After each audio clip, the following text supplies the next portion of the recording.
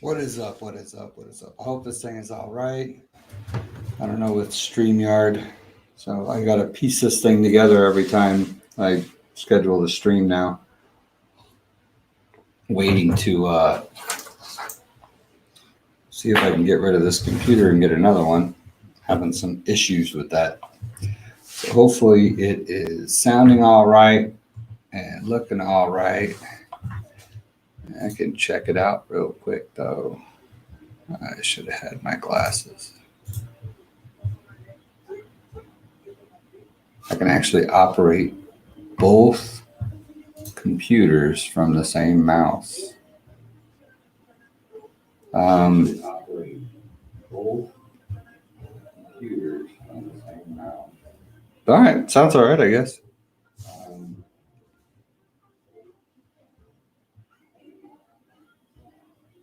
All right, sounds all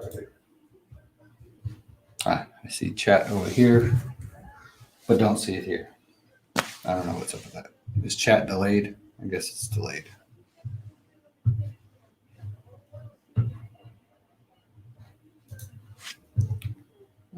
Get some more volume out of this though.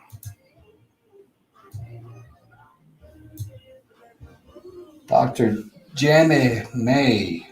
Doctor, huh? What's up, my man? How you doing? I hope it's a man. I don't know. That's a weird name. I can't tell if it's a man or not. Not much. I don't have a whole lot to on the plate scheduled to talk about. I do want to briefly go over. I guess it was a. Oh, hold on. We have company. Double trouble. Good morning, guys. Oh, we're not double trouble at this time. Not double trouble this time. I'm glad you were quiet because I tried to be quiet until 7, so because I know that's when you normally get up. Wow. All right. Close the door.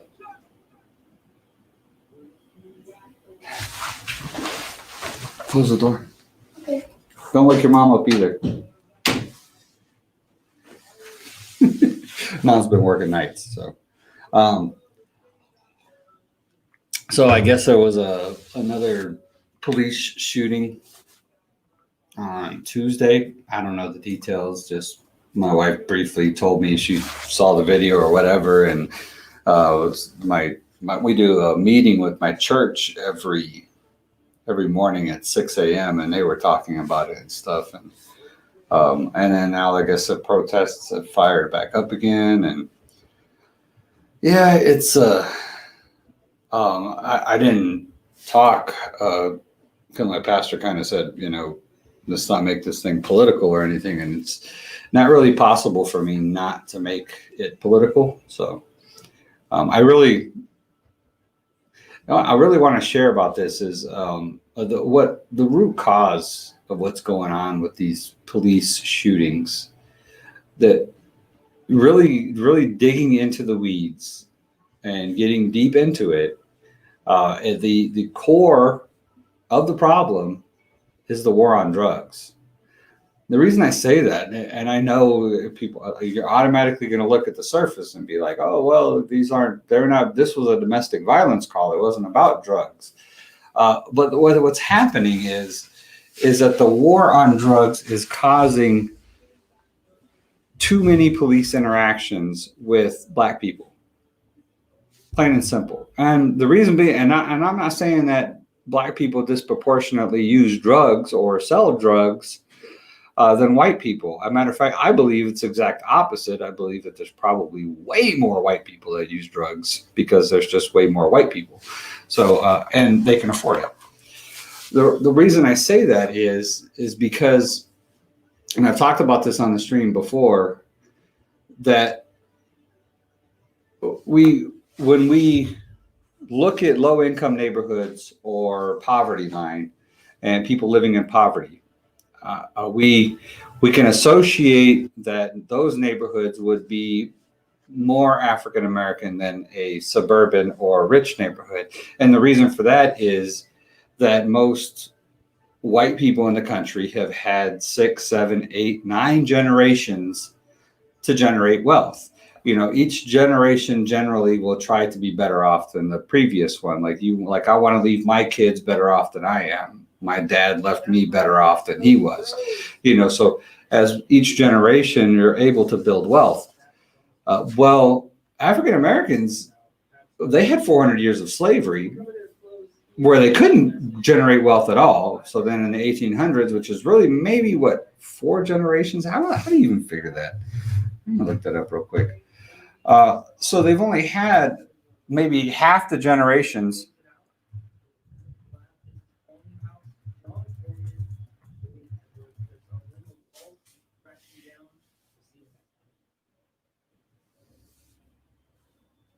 A generation is all of the people born and living in about the same time regarded collectively. It can also be described as the average period generally considered to be 20 to 30 years during which children were born and grow up, become adults, and begin to have children. Okay, so 20 to 30 years. So actually it's way more than that. So so multiple generations, we'll just say, 2, because I don't feel like mathing this morning. So multiple generations for white people to generate wealth or to establish themselves in this country, when really African Americans have only had since 1870 until to now, and not even really that, because they really weren't created equal until the 1960s. So you're looking at maybe 2 generations to create wealth. So that's why there is a disproportionate number of African Americans living in poverty. And then if you take into account that the welfare state that's maintaining them in poverty, that's keeping them in poverty, and you can see why the low-income neighborhoods and are disproportionately African Americans or minorities. And those low-income neighborhoods are where the police patrol. That's where they assume the crime is taking place, because all the other crime is taking place within private property. So it's not that they're not doing drugs. It's just that they're doing drugs in their suburban homes or Beverly Hills mansions or whatever. So disproportionately, the war on drugs targets low-income minorities because that's where the police are patrolling. And it also causes the fact that we have so many laws that don't need to be on the books, causes a massive amount of police interactions, negative interactions with minorities in low-income neighborhoods. I believe that is the core problem. If we reduce the number of police interactions, it's also something that Evolve was talking about, and I've read it in other places too. I know he's researched this extensively, and when they were talking about defunding the police, it's defunding the police would be. See, the thing is that they're so divisive, man. The media and the politicians, the left and the right, and the Republicans and the Democrats are so divisive about everything. They talk about defunding the police, and they're like, "Oh, they want to just end our cops and have anarchy and stuff." But and that's not even what it was about to begin with. What it was about to begin with was to take some funds from the police department and fund different areas within the communities that would benefit them.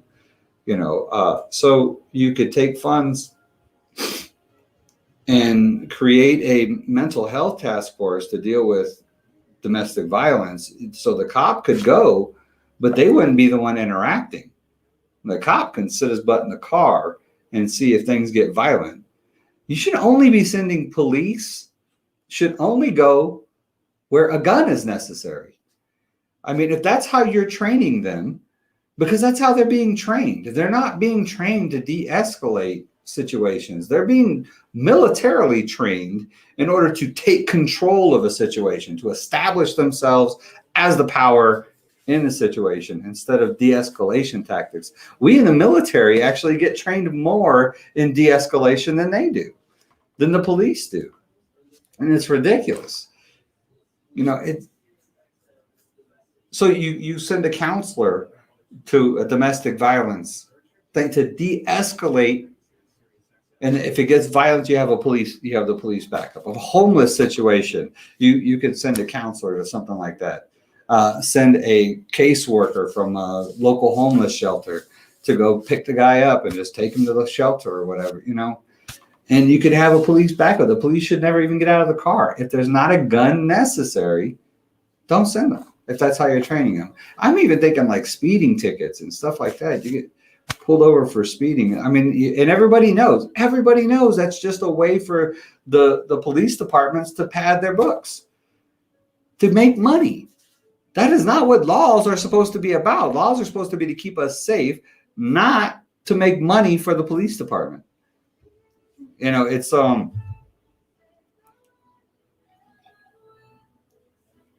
and these things feed into the system. These feed into it. Every negative police action implants something in a policeman's mind. So when people say, "Oh yeah, what you saw the black guy and pulled his gun," he says, "White guy, you don't pull his gun." Well, it's because they got him patrolling down in the low-income neighborhoods looking for somebody selling pot. And he's got all these negative interactions with that community. And it's a constant cycle. And then you have protections by eminent domain. You got protections by the police unions. I mean, the guy that killed George Floyd had 17 other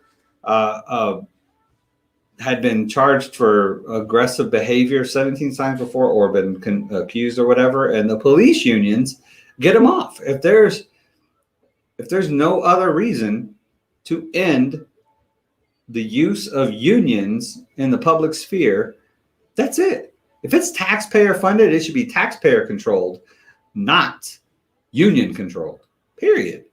And I know a lot of other government agencies, and I have a lot of friends that work in the government that belong to the unions. And I know they may not agree with me that the unions protect them from, politicians and bureaucrats, but, who protects us from the unions that are protecting you from the politicians and the bureaucrats? So you got no knock warrants since when can we just bust into somebody's house without a warrant and without identifying ourselves and then wonder why you get shot at? Breonna Taylor, you have qualified immunity, which prevents you from not only suing cops, but suing government officials. Like these mayors and stuff and governors that are shutting down the economy, causing businesses to go out of business forever, shut their doors forever. You can't sue them because of qualified immunity. You couldn't sue them for closing down your business because of qualified immunity. And the police, the same thing. So as long as they can deem it as reasonable, but they get to determine what is reasonable. So it's ridiculous. What is the other one? Civil asset forfeiture. You don't look like you should be driving that car. We can pull you over and take your car, and you won't get it back. Or it's going to cost you $10,000 to get it back out of impound. And if you don't get it out of impound before a certain time, we just auction it off and we keep the money. So there's just all of these different laws and government. And once again, it always just leads me back to the same thing. The more government gets its hands and stuff, the more it screws it up. And that's why I'm a libertarian. I know that libertarianism isn't perfect. I know there's a lot of flaws and a lot of bad things that happen, but government as an institution is just corrupt, and it's just designed to fail. And we keep feeding it more power and growing, and it just gets worse. So that was really the only real rant I wanted to go on. That there's but the only thing that the media and the politicians and bureaucrats want to talk about is racism. Racism alive and well in America and stuff. And I just don't believe it. I don't believe that it doesn't exist. Of course it exists. But I don't believe that's the cause. That's the root cause of these police shootings. Now, are there racist cops? I'm sure there are, but I'm sure there's not that very many. I just believe that there's just too many negative interactions between police and minorities, and that's what causes the cops to instantly go on the defensive or offensive in these situations. So, and I'm sorry, I changed my mic around here. I don't know, I got it like low. Trying to make do something here, but anyways, I hope it's working out all right. I got the sniffles. I don't know why. So, other thing I wanted to look at was I wanted to get back into Corona. We had, me and the wife had date night last night. Went to the movies for the first time in, I don't know, forever, since Corona, since March probably. And we would go like every month at least, like once a month. We'd probably go to the movies like a date night. We on our month anniversary, we would do a date night and go to the movies or something. So we went and watched Bill and Ted's Face the Music.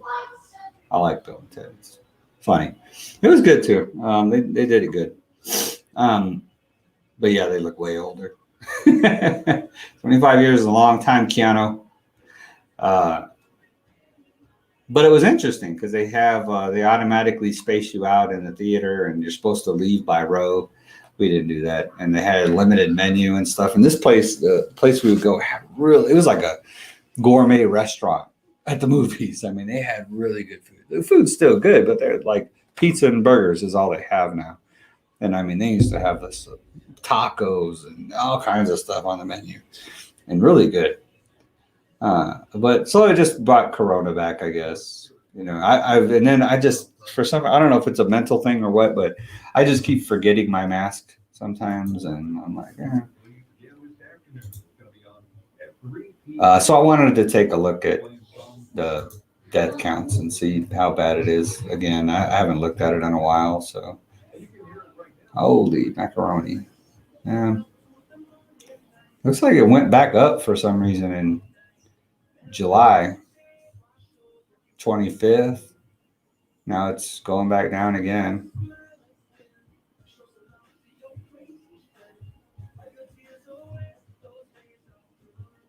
Percent of expected deaths. Still not even that high. I wonder where they got the expected numbers from. I wonder what this is. I could show you guys what I'm doing too.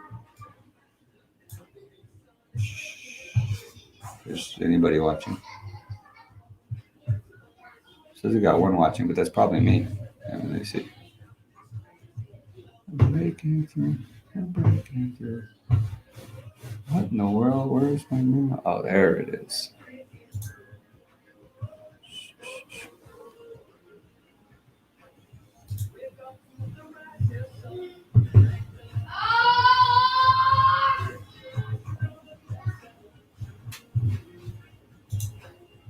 Okay, what is this?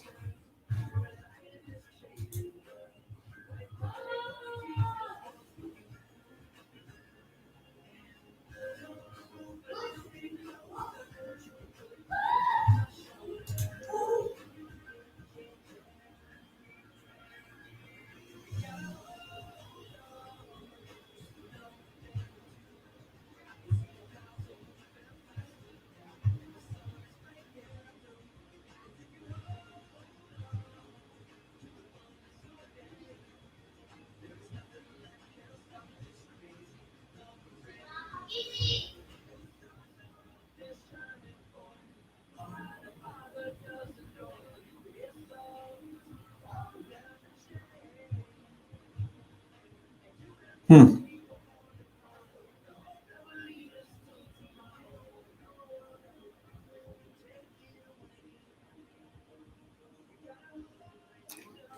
Why do they keep?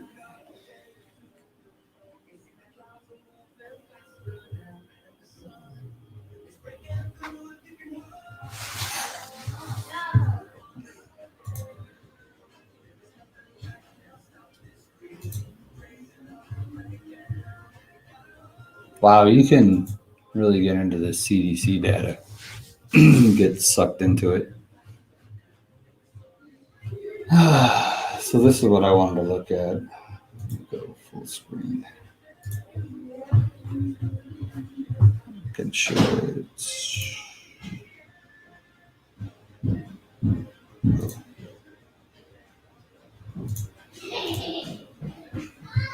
So this is what I was looking at.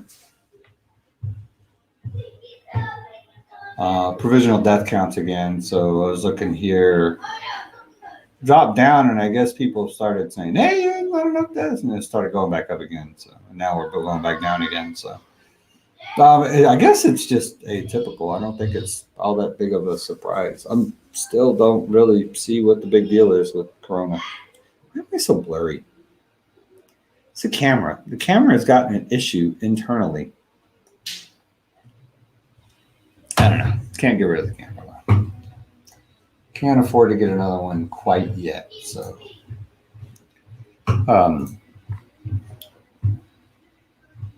so let's go through.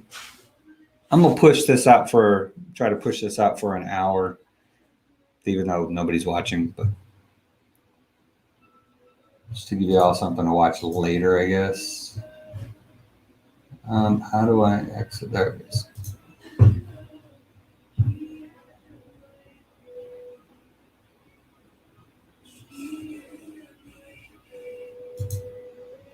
So let's go through.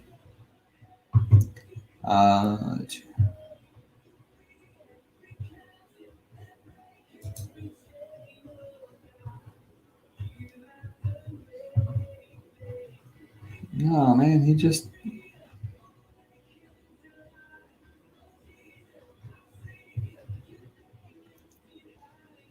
Okay, here's one about nuclear power from Joe Jorgensen and What is Spike your stance Code. on enhancing our nation's carbon-free emissions? Okay, so we will check this one out. I haven't heard this one either, so. What is your stance on enhancing our nation's carbon-free emissions via nuclear power plants? I've been a vocal advocate about nuclear energy. Hey, it's In fact, Joe. I was just on a podcast today, which was pre-recorded. If you are for the environment, you have to be for nuclear power because it is, as you mentioned, low emissions. And the nice thing is, it's a good investment. It's efficient. It's worth the money. Right now, we've got the government spending money on wind and solar. If wind and solar were viable, capitalists would have already put their money in to make a profit. Since they can't make a profit with their money, there's no reason for the government to take our money and spend it on something that is such a poor investment that people don't even make it on their own. But we need to go towards nuclear power. And I'd like to point out for a lot of people that have been keeping up with it is that, yes, we do have newer, what they call advanced technology or fourth generation. We do have newer technology where the reactors are about a tenth the size. So it's a really good option. Oh, and last, let me just say, we should not be subsidizing any energy form at all. We need to see which one is the best. And if you don't mind let me give my story. I'm so glad I got this story in 5th grade from my teacher. I need to probably find her and thank her. But I was taught that the reason that the Soviet Union did not work and the United States worked is that you can't you can't have a planned economy where you have just a group of people making all the decisions. That you can look at money as basically information. So the reason that the Soviet Union fell is that there would be a group of people in the capital trying to figure out, okay, where does steel go? Do we put it towards refrigerators or do we put it for cars? And they would just do their best guess. Whereas in the United States, you've got the steel manufacturers and they basically give it to the people with the higher prices. So with if there's... So I'm going to go back to the power thing real quick. When you subsidize something, you take the profit out of it. So subsidizing doesn't work. When the government subsidizes it, that's all it's going to do is make more of it. So with wind and solar, okay, so she didn't get into the details because, you know, I guess they're trying to keep their videos under 4 minutes. So with wind and solar, the wind thing, you know, the wind generators, I have friends that work in this industry and they are constantly fixing these things or replacing parts in these things. And the carbon footprint of replacing and maintaining, you know, with oils and everything else, maintaining these wind turbines, the amount of power that you actually generate, it doesn't even replace the amount of resources it takes to keep the wind turbine going. So to put it into perspective, you have all the parts and everything within the turbine. You have the materials that it's made out of, the construction, the motors, because it's a motor. It spins and generates electricity instead of powering to spin. But so copper coils and everything that's within these generators. So the amount of energy it takes to create and manufacture and maintain all of that equipment within the wind generator is more than the wind generator will produce in its lifetime. So that's been the thing about that. And with solar is good, the same thing, but usually solar creates DC power and it takes up a massive amount of space to generate. We haven't got to really high efficiency solar panels yet. So it takes a massive amount of space to generate just a little bit. And then all that space you're taking up, you can't grow vegetation on it. You can't grow trees, you know. So it takes a massive amount of space. So the carbon footprint that's taking up, as well as still having to create the batteries, which are usually lithium. And if you just look up a lithium mine, it's like a crater of dead land. So, but all the resources and stuff it takes to build and maintain and create solar power, same thing. It's a massive undertaking for little profit. So that's what she's talking about. Now she's getting into why socialism doesn't work. And what she's getting into is like socialism is a socialized group of people who determine how the market operates. So the government, in our case, like the democratic socialists want, the only difference between a socialist and a democratic socialist is you get to choose who your oppressor is. So we'll vote for our oppressors, who would be the government still. So this group of people within the government would get to choose where the manufacturing stuff goes instead of allowing the market to do it. And it's like I said before, the reason why people are so afraid of the market, the free market, is it's unpredictable. It's like you don't know when the storm is coming. It's like the weather, you know what I mean? You don't know when the storm's coming. You don't know when it's going to be a sunny day, because the market has so many very minute things that influence it. People's opinions, how they're feeling that day. And you're talking about millions of people's opinions and how they're feeling that day. What's motivating, what's going to be pleasing to the eye, how each generation is being raised differently. Multitudes of different ideas that go into manipulating the free market. That's why it's so scary, and that's why government wants to control it so much. The problem is there's no possible way for the government to be able to make all of those determinations and be accurate with it. So there's no way for them to know what's going to be the best place to send any particular thing. What? So that's the problem with that is, and what was the other thing that they were talking about? So in the free market, you guys totally made me go off track. So anyways, but that's what she's talking about. So maybe I'll think of it right now. There's a shortage of cars, And then we go back a little bit. And they would just do their best guess. Whereas in the United States, you've got the steel manufacturers. Oh, that's what I'm talking about. And it's so most of these don't start making noise, dude. So in these the places that they call socialist, these countries that they call socialist, how do they determine they also determine prices. So they'll determine like what the price of a loaf of bread is. So how do they determine that? This is funny. So what they'll do is they just imitate the prices of the free market countries. So the countries that have the freer markets, they'll just use their prices. Why? So why don't you just have a free market? Stop picking prices and let the prices pick themselves. So that I think it's funny. So any semi-successful socialist economy has been regulated by free market economies. Go figure. And they basically give it to the people with the higher prices. So with if there's a shortage of cars, if car manufacturers have a waiting list, they're willing to pay more.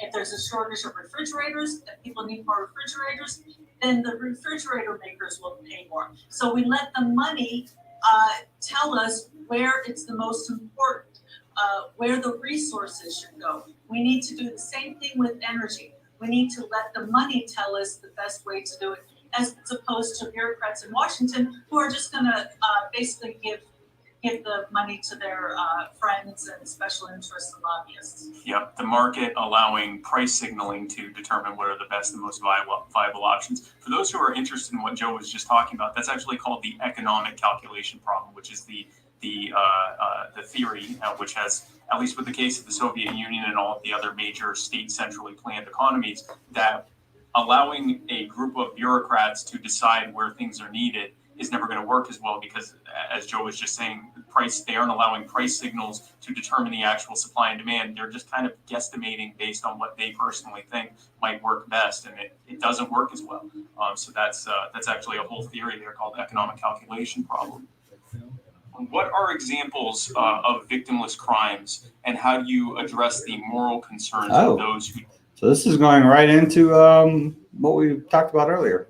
Don't want them repealed?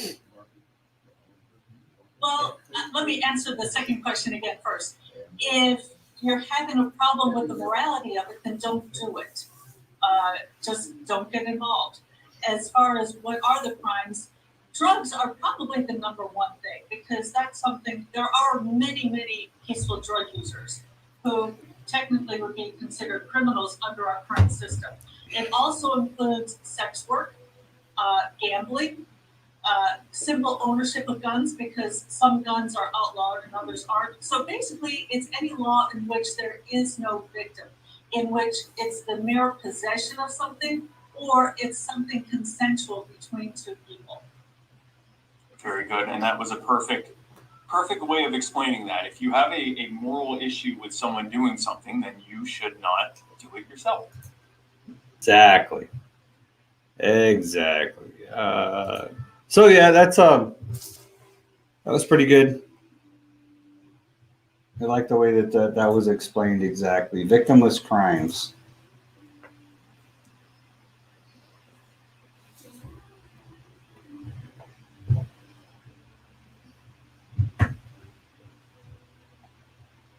Oh, Mike Spence delivered a speech, huh?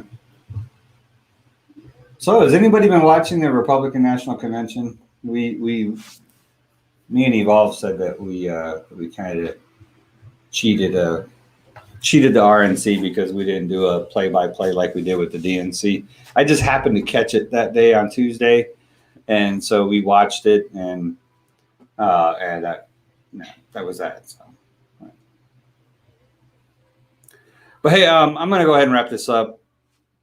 Kids apparently have something they want to do or say. They're still in their pajamas. So. Does G Liberty or Devolve have anything they want to say to their fans? Vote for G Liberty. Vote for Devolve. G Liberty, vote for everything. You guys don't seem all that into it this morning. How's school, guys? Good. You guys liking school? Yes. So do you like school better going to school, or do you want to stay home and do it on the computer like we did last year? Do it on the computer. Do it on computer. You want to stay home with me? You want to stay home with me and do it on a computer instead of going to the classroom with your friends? Yeah. Yeah, I don't have because any. too much work. Huh? I don't have any. I just have 2 You don't have any what? friends. You just have 2? So do you Yes. have 2 or do you not have any? I only have I 2. have 2. No. Oh, I 3. thought you guys liked going to school. You didn't look too excited when you were sitting there staring at the computer with the little Khan Academy iStation silliness that you were doing. Remember, it was like the same thing every day. That was boring. You guys look pretty bored. You want to go back to doing that rather than going to school? Yeah. Not anymore. Not anymore. What do you like best about school? Snack. And Nap? Snack. Oh, I thought you said now. It's like, yeah, let you nap. Snack? Yeah. Snack? The pre-K, the kindergarten gets to snack. Snack and PE. Snack and PE. That's what And- they like best about school. And the kindergarten and ours is attached to each other's buildings. Oh, are they? Hey, Dad, That's cool. did you know a person in the gym that's my friend? His name Marcus. Marcus, Oh really? yeah. Oh That's yeah. interesting. That's interesting. That was the other thing is, so I put my kids in private school, probably why I haven't bought a new camera. But so, and I noticed it's, it's a small school, maybe 200 students, K through 12, 200 students. So, and, but it's not rich people. I mean, these are just middle class, normal people who just, want something better for their kids than what the public education system is providing. So, and I always wondered about that because the idea, the thought is that only rich people put their kids in private school, and it's just not true. I mean, it's mostly poor people that are putting their kids in private school because they want what's best for their kids. So, but I'm just saying, I'm not seeing it. Then we don't have a whole lot of private schools here in El Paso, so maybe they're just not in this one. But just regular old people, good diversity, and they pray. They teach them Bible stuff. So far, I have no complaints. It's been a good experience. Really positive people too. I mean, really just great teachers, great curriculum. I mean, they're learning a lot, like super fast. I mean, it's been a great experience so far. Just, costs money, but no, the way me and my wife talked about it was, besides the basics, the basic things that you need to survive, what could be more important than ensuring that your children have the best quality education that you can give them, the best chance in life, chance for success. So we made the sacrifice.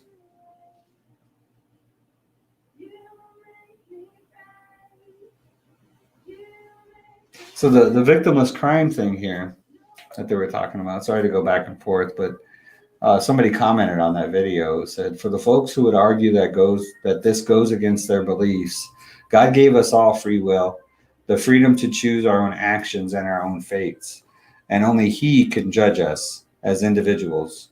God was the first libertarian. I like that. God was the first libertarian. I absolutely believe that. I just believe that. Government is anti-God. I don't think government you can't force morality on people through law. They still won't be moral. Now they'll just be immoral criminals. So that's why there should be no victimless crimes. So, anyways, I'm going to end with that. Again, I don't have a scripture handy. I don't even have my Bible handy. Just look up Galatians 5:13. It's my favorite scripture. It's all about being free. Well, I could say that was it right there. God was the first libertarian. It's like I've always said that it's not, government can't save us. Only God can save us. So with that, I love y'all. KIP, keep it positive. Love your neighbor. Go say hi to your neighbor today. And enjoy your day.